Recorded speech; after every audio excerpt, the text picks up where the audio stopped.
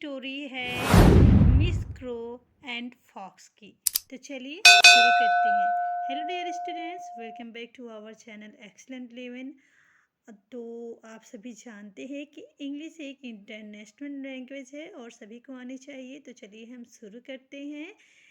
The flattering fox, ठीक है। The flattering fox का मतलब होता है चापलूस लोमड़ी। एंड द फुलिश क्रो मतलब बेवकूफ कौवा। The flattering fox and the foolish crow, एक चापलूस लोमड़ी और बेवकूफ कौवा। A hungry crow sat on the window sill of a kitchen. A hungry crow sat on the window sill of a kitchen. इसका हिंदी मतलब होता है एक भूखा कौवा। एक हंग्री मतलब होता है भूखा, क्रो मतलब कौवा होता है। देखिए सिट का सेकेंड फॉर्म सैट लिखा है। सैट का मतलब भी बैठना होता है। ऑन द विंडो सिल, विंडो सिल मतलब होता है खिड़की की चौखट। ऑफ अ किचन, किचन में जो खिड़की का चौखट था उसी पे एक भूखा कौवा बैठा हुआ था, ठीक है। Where a woman was preparing breakfast, जहाँ औरत जो है खाना यानी कि नाश्ता बना रही थी, सुबह का नाश्ता बना रही थी।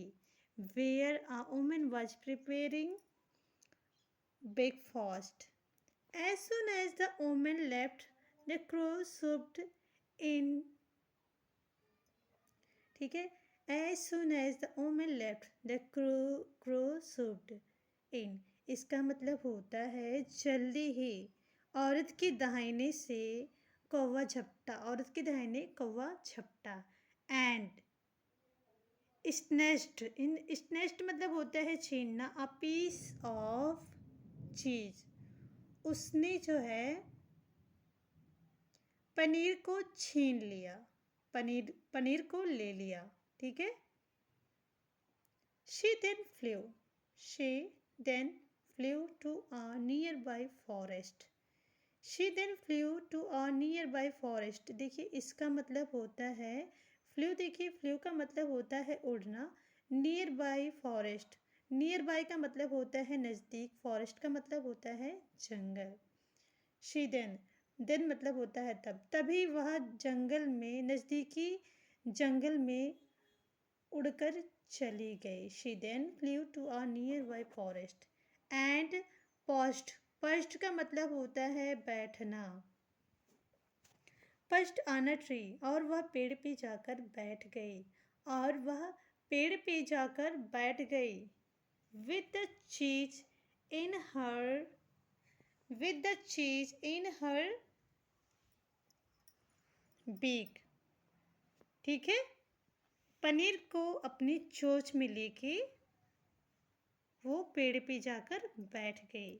इस पूरी का कहानी का मतलब होता है, पूरी लाइन का मतलब, अ फॉक्स सा दिस, अ फॉक्स सा दिस। इसका मतलब होता है कि लोमड़ी सब देख रही थी। देखिए सा का मतलब भी देखना होता है। ये सी का सेकेंड फॉर्म सा है, सी का सेकेंड फॉर्म सा है। अ फॉक्स सा this, He wanted he wanted to have the cheese. He wanted to have the cheese. वह पनीर को लेना चाहती थी। चीजेस, वह उसका पनीर लेना चाहती था, वह उसका पनीर लेना चाहता था।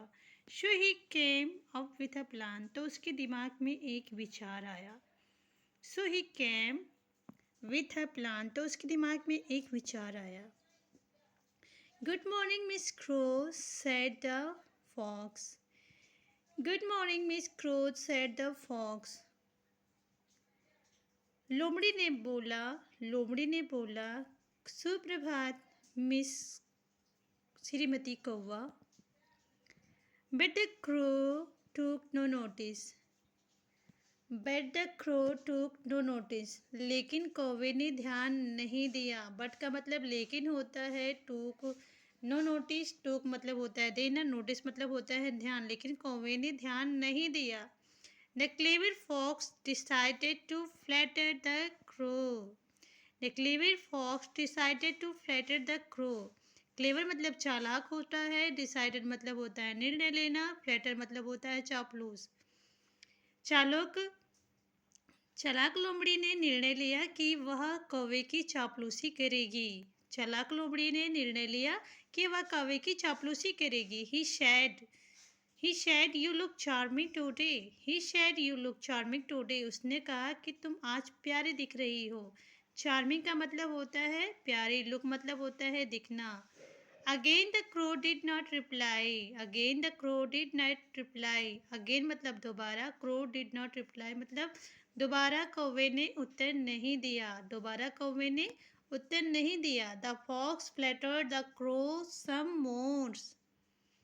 The fox flattered the crow some more. कौवे ने दोबारा चापलूसी और चापलूसी की। कौवे ने और चापलूसी की। O queens of bird, O queens of bird, ओ चिड़ियों की रानी, ओ चिड़वे की रानी। Would you grace this forest with your sweet voice and sing a song? Would you grace this forest with your sweet voice and sing a song? क्या तुम इस जंगल को सजाना चाहोगे अपनी मीठी आवाज़ और गाने से? क्या तुम इस जंगल को सजाना चाहोगे अपनी मीठी आवाज़ और गाने से? The foolish crow opened her beak to sing a song. The foolish crow opened her beak to sing a song.